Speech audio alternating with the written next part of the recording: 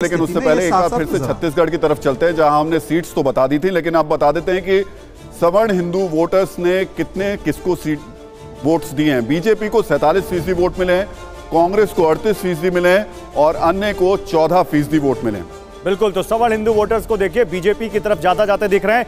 लेकिन महिलाओं की बात कर लेते हैं, क्योंकि चुनाव में महिलाएं बहुत बड़ा फैक्टर रही हैं। और महिलाओं की बात करें तो यहां पर छत्तीसगढ़ में 44% महिलाओं के वोट बीजेपी को मिले हैं, 43% कांग्रेस को मिले हैं और 13% यहां पर अदर्स को दिखे हैं। तो महिलाओं के मामले में यहां पर टक्कर है। और खुद हमारे साथ एक महिला पैनलिस्ट कांग्रेस की तरफ से हैं, अलका जी, तो उन्हीं के पास चलते हैं।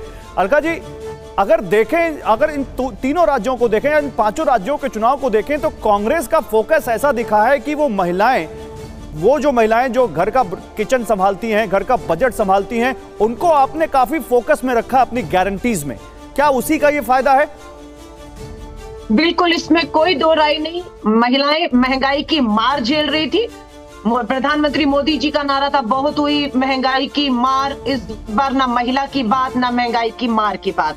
और हमने उसका भरपूर बिल्कुल लाभ उठाया कि महिलाओं को राहत कैसे दी जाए। राजस्थान सरकार में एलपीजी गैस का सिलेंडर देश से 600 रुपए कम में 500 रुपए में मिल रहा था। हम दे रहे थे, इसलिए हमने छत्तीसगढ़, मध्य प्रदेश में भी कहा कि हम यहाँ पर तेलंगाना में भी आएंगे तो हम। लेकिन उसके बावजूद राजस्थान में तो कहाँ आपको फायदा होता दिख रहा है उसका? नहीं, राजस्थान में फिर कह रही हूँ, इतिहास उठाएंगे। 5-5 सालों का एक धारणा बनी हुई है, हम उस धारणा को, उस रिवाज को तोड़ने जा रहे हैं। वहां पर महिलाओं को लाभ मिला है इस 500 रुपए का एलपीजी घरेलू सिलेंडर से। और आप कुछ भी कहें, ये सरकार बन रही है, चाहे महिलाओं से बने, चाहे आपका जो है दूसरे वर्ग से बने, लेकिन यहाँ हमारी सरकार आप देखेंगे निर्दलीय जो अधिकतर कांग्रेस के थे जीतते हुए दिख रहे हैं। हम कांग्रेस बनाने जा रहे हैं। 2018 में भी देखिए, मोदी जी ने नारा दिया था डबल इंजन की सरकार। पांचों राज्य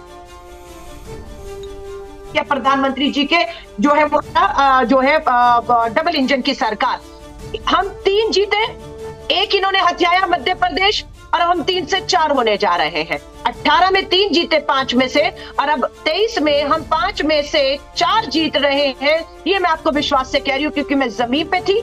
चाहे वो राजस्थान में कन्हैया लाल का मुद्दा फैलाकर एनआईए और अमित शाह जी को जवाबदेही से बचाकर सांप्रदायिकता करने की कोशिश हो, चाहे उसमें फेल हुई भाजपा। छत्तीसगढ़ में महादेव ऐप की चर्चा हुई, प्रधानमंत्री जी उसके बाद वोट पड़ने के बाद से मौन है, कोई चर्चा ही नहीं कर रहा है भाजपाई नेता कि वो महादेव ऐप अब क्यों नहीं चर्चा। क्योंकि अलका जी, आप 5 में से 4 राज्यों की बात कर रहे हैं, तो जाहिर सी बात है तेलंगाना को भी आप जोड़ रहे हैं उसमें।